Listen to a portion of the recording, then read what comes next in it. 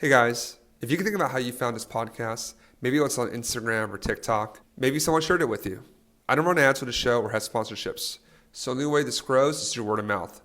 If this was valuable for you in any way, my only ask is if you could share this with someone who you think would help their investing journey or business. Thanks a lot, and let's get to the episode.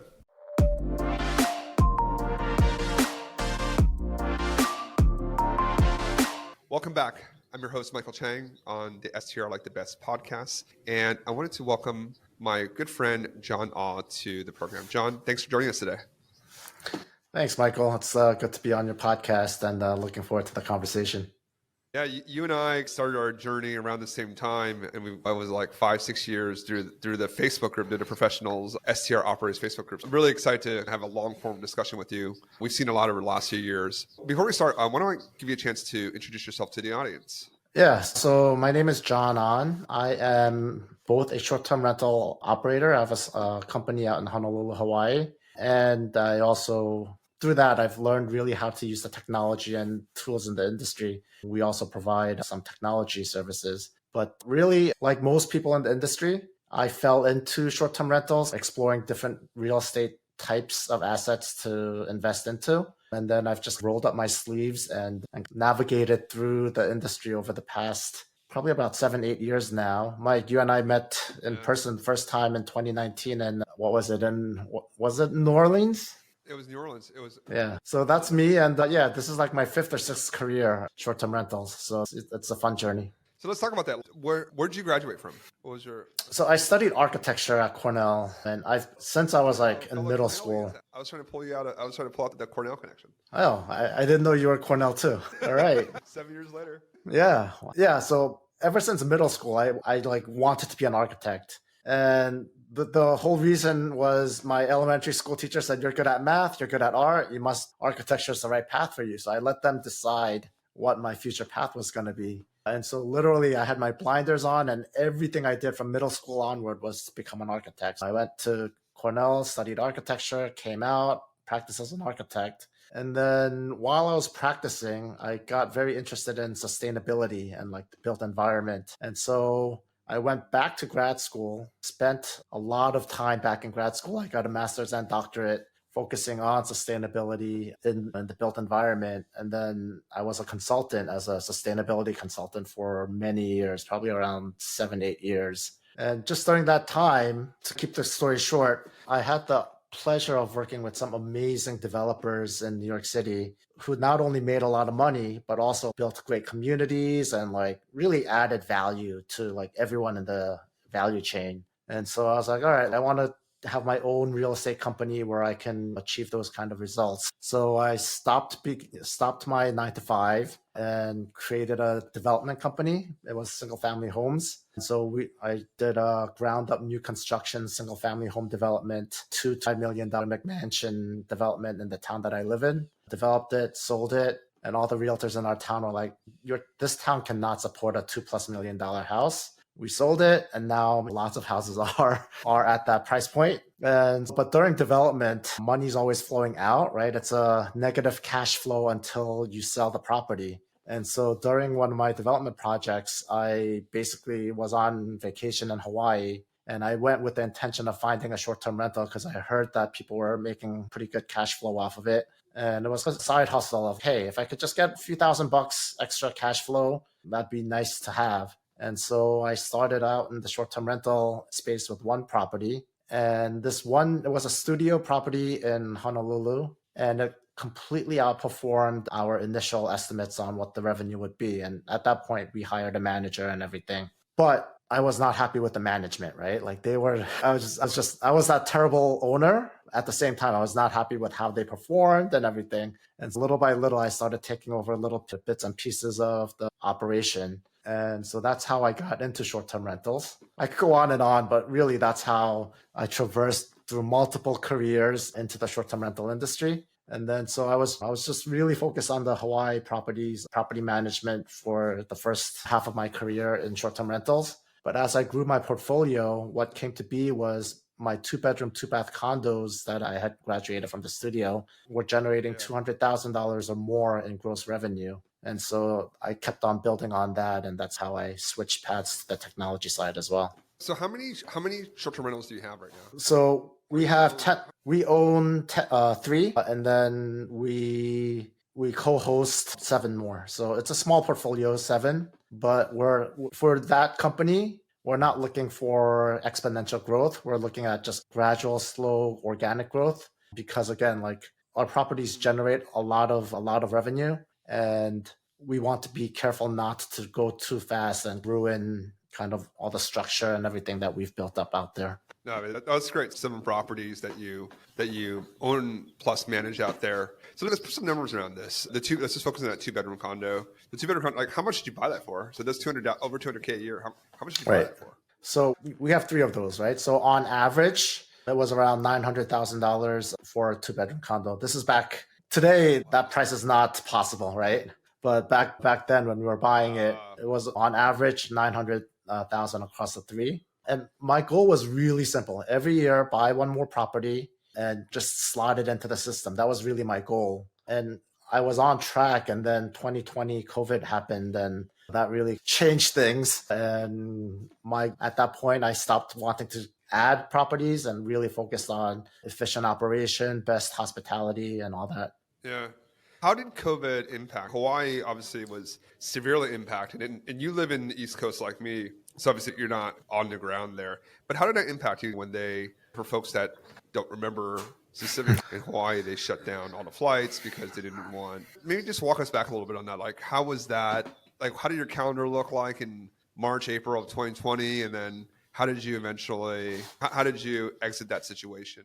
Yeah, so literally, I think it was like March 10th or so when everything shut down. Overnight, I think in one day, I think we had about $750,000 of future revenue wiped off our plate. And clearly, I was very stressed. And that was literally how everything stopped. Fortunately, I think you remember our friend Anton. She's no longer with us, but Anton from AutoHost. I got on a call with him, and he basically help me figure out, okay, how do I figure out this like midterm rental strategy, right? The contracts, the how to ensure I'm protecting myself. And so he literally helped me write the strategy for how I was going to survive COVID. So I used what he taught me in terms of the contracts and everything. And then I was fortunate enough to get in touch with a doctor staffing agency. Not nurses, but these were like hospital administrators, specialists that were looking to come to Hawaii as part of the medical emergency. And so basically, I survived COVID with 2-month, 3-month, 4-month rentals by the medical agency, consistently saying, hey, we have another doctor looking to come. It was definitely, we were losing money after all our carrying costs and everything, but we definitely kept, and the important thing was because it was an agency, we were getting paid like clockwork at the beginning of every month. And so that's really how we survived COVID. And then, so that was about 1 year, right? And then towards the end of 2020, January of 2021 is when I started seeing things open up with some short-term rental requests. And then the challenge at that point was pretty much I had a skeleton team. So all my VAs were gone, and I had one person on the ground who, took care of little things. And then as things were opening up, I literally had to sleep with the phone next to my ear so that if a guest needed to get in and they couldn't, I had to take care of that. So that was actually a pretty stressful time too. I was happy, but it was really stressful. And so I think to answer your question, how has COVID affected me? One, in today's economy, people are all concerned about the economy, things slowing down. I have this thing like I survived freaking COVID, right? Like I can survive an economic downturn. Yeah. That's one thing. If it don't kill you, it makes you stronger. And then the other thing is, as COVID was opening up, one of the things that I did was I really focused on building out a robust back-end infrastructure, robust team, processes. And so that really helped to catapult my business and my companies beyond where it was pre-COVID. Sorry, John. No problem. Take your time. I first off, shout out to Anton. Yeah, I mean, Anton was one of the co-founders of AutoHost, which is actually like very, very successful now. It had this concept, and he left us during the COVID period. You make a lot of friends along the way, and it's funny. It's such a small knit community. We all really actually know each other, especially the folks that did this before COVID. And what you definitely get a lot stronger going through that experience. It's funny, like a lot of new hosts that are listening here. That's where like perspective really matters. If you're talking or working with, and just people in your network that survived COVID, they just we've seen the worst, and then you know that you can get through it. So for folks that are afraid, if you're afraid of what might come, know that reach out to someone, find someone that has gone through COVID in short-term rentals. They can be big resources to you. For perspective, 7 properties that you had. sorry, just one thing. For perspective, right? 2023 revenue wise is very across multiple markets is approximately similar to 2019 levels is what we're seeing. And 2019 was considered a blockbuster year prior to the 2021 2022 that we just had. And so perspective wise, like where we ended up in 2023 is actually a pretty damn good year. Again, so that's the perspective that I want to share. Yeah, no, I think people are looking at it from like 22 to people that only got in or only got their first short-term rentals or exposure to space in 2021, 2022. Those are such kind of peak years. It is definitely down from 22, but we're not. It is a Mike, I can't hear you. I think this is such a good segue. Oh, you can't hear me? Hey, John, you can't hear me? Hello? Hey, Mike. Okay, I can hear you now. John, can you hear me? Yep, I can hear you. It's okay. Yeah, it's okay. An editor can edit some of the stuff out. Yeah, I'm looking at some of the metrics here. You're like 57% uploaded. So I do think it might be an internet issue on your side, but yeah, it's okay. We'll manage through it. So I think this is a good segue actually to talk about revenue side, right? I think that's where you spend a lot of time, and definitely a big topic I want to focus on today: revenue management. And first off, just maybe in 30 seconds, like what is revenue management? Revenue management is essentially understanding, executing on a strategy, right? Revenue doesn't just happen. So you have pricing strategy. And based on what strategy you implement, you're able to make more or less money over time. And yeah, that's really what's different from just using software, which is a tool that helps you execute it, but you still need a strategy to understand what you want to be doing with the pricing and length of stay and all that. Yeah, agreed. And let's double click on this. Like revenue, at least revenue management to me is how do I for me, it's like, how do I maximize the revenue, right? How do I have a lot of short-term rentals is high fixed costs, right? For me, rental arbitrage and I own properties, the rent is fixed, the mortgage is fixed. And the only real variable costs are cleaning and utilities. And candidly, those are pretty de minimis, right? So I really want to actually squeeze as much revenue out of my property as possible. And unlike similar to a hotel or airline, right? When demand is high, I want to charge more. Demand is low, I want to charge less. So there's software that does this. Price Labs being the biggest example. And I think, John, like, so maybe let's talk about Price Labs. But before that, like, when you talk about strategy, what do you mean different strategy? Isn't everyone's objective just to make as much money as possible? Yes and no. So different people have different, whether it's investment thesis or risk tolerance. And so that has a huge impact on how much money you can make. So I'll give you an example. There are some people who lose sleep overnight if they see their calendar and it's not booked like solid 3 months out, right? They're like, oh my God, what's going on? I don't know what's happening. There are also people who will lose sleep because their calendar is booked past 1 month out because they're like, oh my God, I'm giving away my property because people shouldn't be booking this that far out, right? Neither one is right or wrong, but there's a personal kind of thesis approach to how you see revenue. And depending on how that aligns, you can make the maximum amount of money based on aligning with your revenue strategy. And I think that's one of the things that people expect the tools to just like somehow know what that right price is. And I will tell you, there's no such thing as a right price. That makes sense. And I think that's the nuance. I think that doesn't really get talked about a lot, right? It's what is your personal risk tolerance or a client's risk tolerance and their goals. Not for me, it is, I want to maximize revenue as long as I know someone's not going to mess up my place. But some people, they're like, you know what? I don't really want to sweat. I don't really want that many people in my place, right? I want to use it myself. And I just want you to get I want you to book at the highest or at a minimum price, and I don't want to go below that price. Mm-hmm. That might not be maximize the revenue, but it adheres to the strategy. So that's a really good point. Just start off with what do you want to accomplish, and then the tools like Price Labs are the ones that help you execute that. Now, let's move it. Once you have your strategy, like how do you use the tools to help you execute that? right? Maybe if you talk a little about what does the marketplace look like for executing a revenue management strategy. You can, and I'll just start, right? There are self-service tools that you can use. There are also services that you can hire, right? Consultants or companies that do revenue management services. So maybe if you could just kind of contrast for us.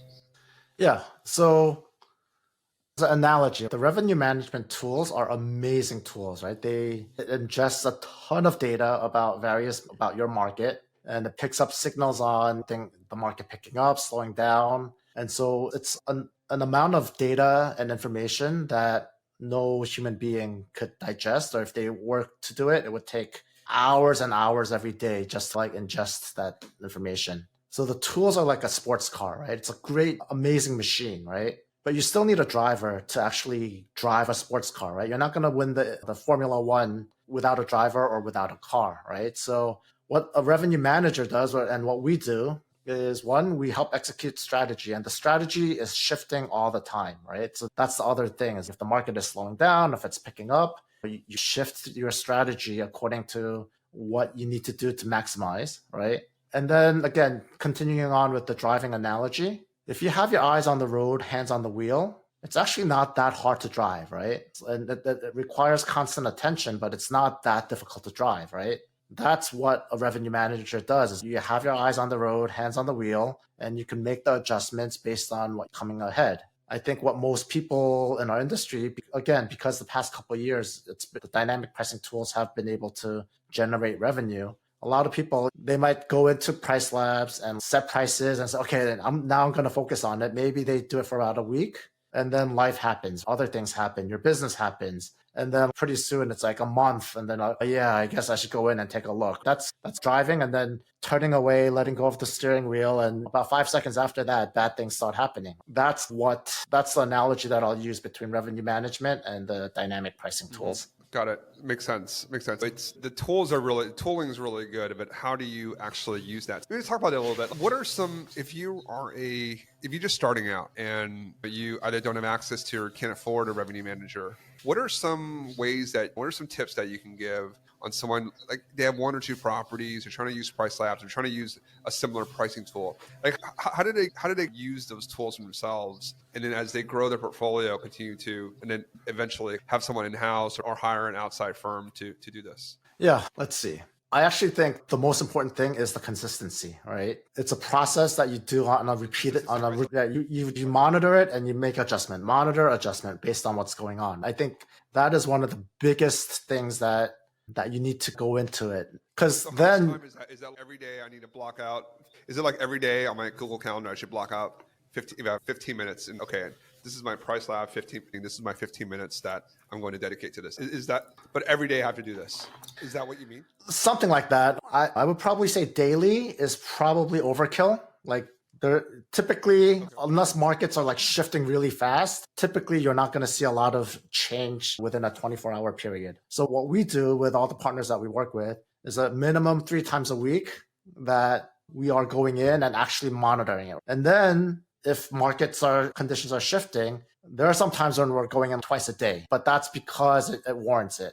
But that consistency, seeing what's happening, making adjustments, that's really, I would say that's the biggest thing. And then the other thing is like with Price Labs or Wheelhouse or Beyond or whatever tool you're using, you really have to go in and make sure that it's not a set and just turn it on, connect it, and it's done, right? Like you actually have to make it so that it aligns with what you want to get out of it. So many times I hear people saying, oh, I tried Price Labs and it doesn't work. And that's like someone saying, oh, I went to Home Depot, I bought a hammer and it doesn't work because the house didn't build itself. Like the hammer still works perfectly fine, but you need to have the skills to build a house, right? And whenever I hear people say, oh, Wheelhouse doesn't work or Beyond doesn't work, that makes absolutely no sense. Yeah, no, it makes sense.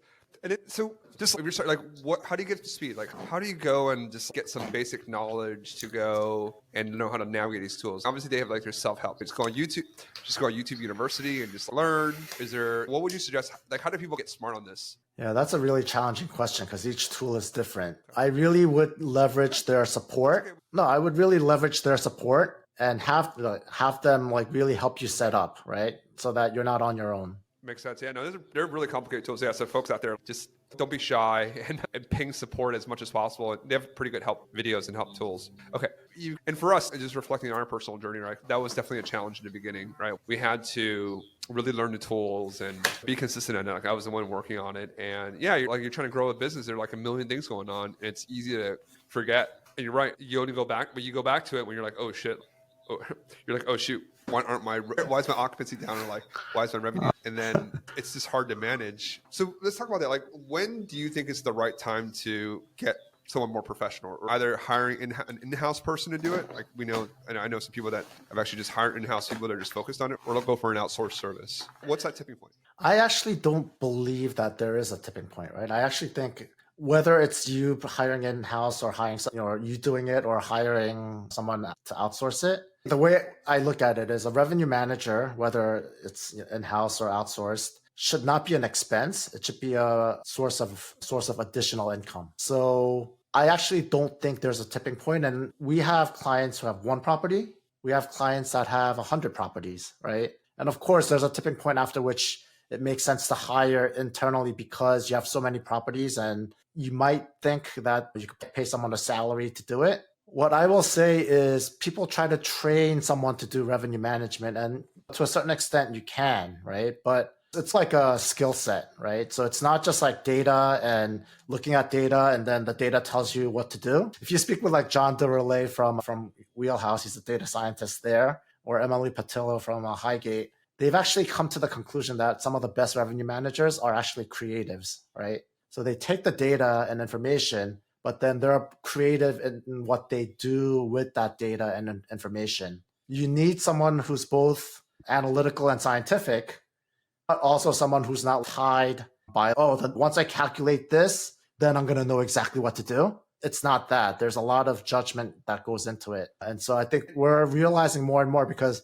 John DeRelay is an amazing painter, right? I'm an architect by training, and I used to be in the arts. And I will say some of the best revenue managers out there have a bit of a creative flair to them. So if you're hiring, don't just look for a data analyst. Look for someone who's not afraid to think outside of the box. That's great advice. That's awesome. No, I think it's something where, and I think you're right, just about that point. It should not be looked at as an expense, right? Because if you do it correctly, a revenue manager should be able to make more money than you doing it by yourself, right? Because simple mistakes, or even just if something happens, you take your eye off the ball for a few days, like, can really cost you some real money there. Because again, it's such a high fixed cost business. If you're not getting yield on these assets, really, if you're not getting your weekdays booked, if you're have a bunch of orphan days that like you're not have a good orphan strategy, or you're so closed in on dates that you're not adjusting your prices properly. There's all these different things.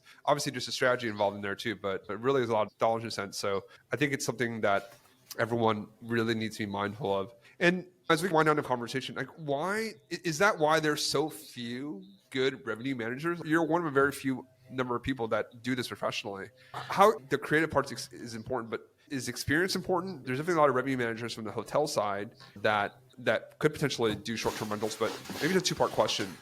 How much does experience matter, and is short-term rental revenue management different from like hotel revenue management, for example? I believe, and this is not just to be self-serving, but I believe experience does matter, because that's how you like quickly switch strategies if you're seeing things changing up. I'm not saying that you can't like systematize it, because that's what we have done.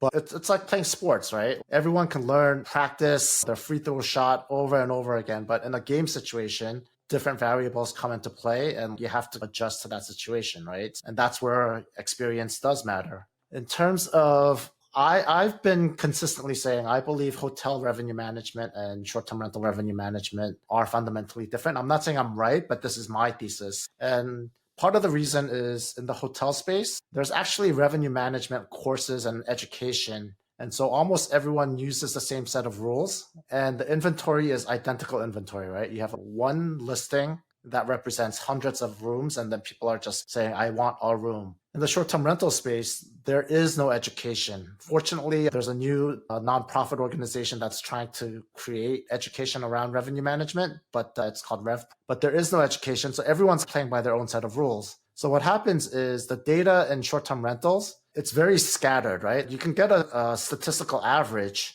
but the standard deviation is going to be really large because it's just an average of a lot of dispersed data points. Whereas in the hotel space, the standard deviation is pretty tight because everyone is playing by the same set of rules. And so the way people look at data sets in hotels, I think, is if you apply that one-to-one in the short-term rental space, I think you could actually end up making some not so good data-based decisions. Does that make sense? No, that's a great point. Yeah, no, that makes no. That's just you need a little statistical knowledge of what's average and standard deviation. But yeah, no, I think that's really if you just zoom out a little bit, right? All the hotel rooms are pretty similar. Again, everyone learns from the same rule book, so they all do the same thing. Short-term rentals is really new, and all the properties are really different locations, different quality, the number of rooms, amenities. There's so many different variables that reviews, right? I'm a firm believer too. Like you really need review. Yeah, exactly. Reviews, right? It's not just a Hyatt versus a Four Seasons, right? It's like very different. But so I think there's a lot more variables that go in there, and it's I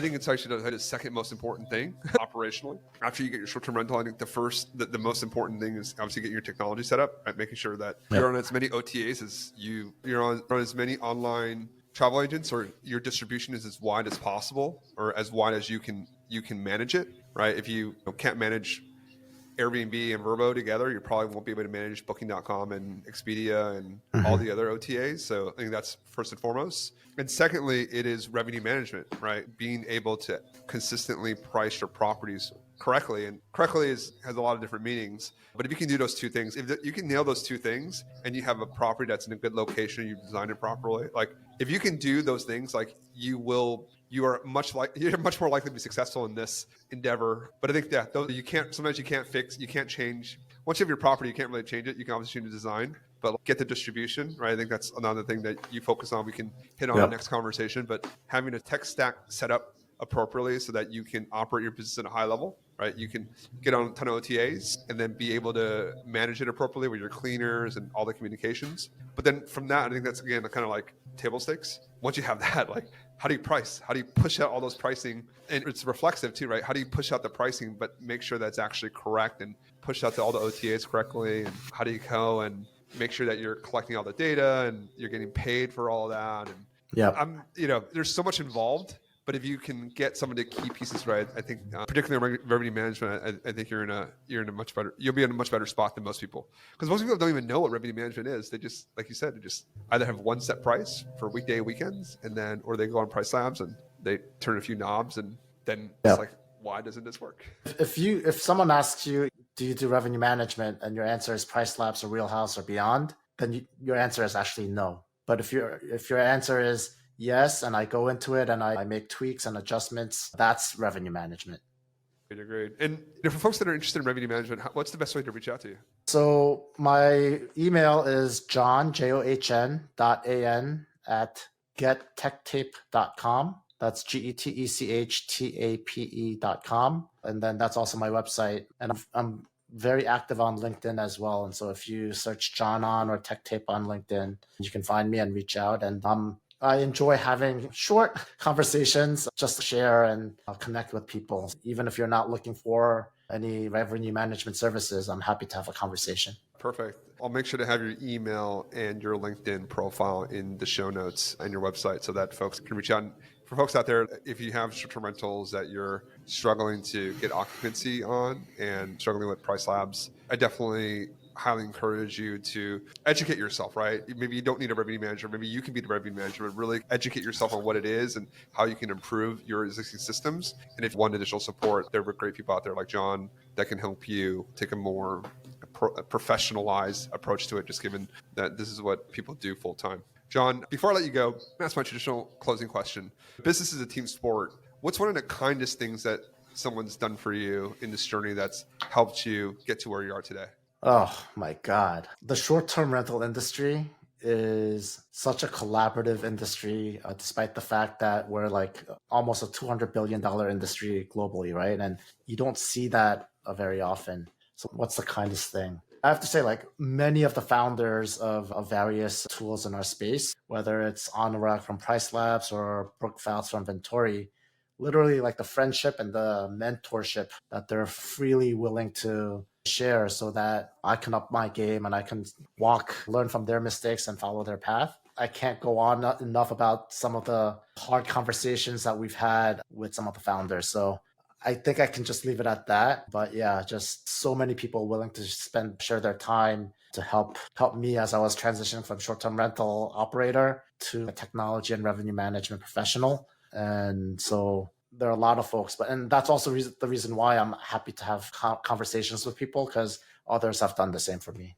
Paying it forward, and a lot of people have said this too. It's the collaborative nature of the short-term rental business. We're all obviously competing, but the market's so big that we can all help each other because there's so much out there to get. No one needs to. You're not fighting amongst yourselves. And I think that highlighting the second point, building your network, the people around you are the ones that are going to help you move forward with your problems. I really just encourage folks to go and network, find people, find communities that you connect with, because I think ultimately that's you building a team is going to get you far in this game. And John, I appreciate you taking the time to share your perspective with the audience. And I appreciate you having me on. And I always enjoy hanging out with you, Mike, and our conversations. So thanks. I'll see you in Nashville in 2 months. Yes. I'm actually going to have a workshop on revenue management at the STR Wealth Conference, if that helps anyone to figure out. If it's before February 2024, John and I will both be at STR Wealth in Nashville, February 5th to February 8th. With that, we'll close this episode off today. Thanks, John, again for coming. Thanks, Mike.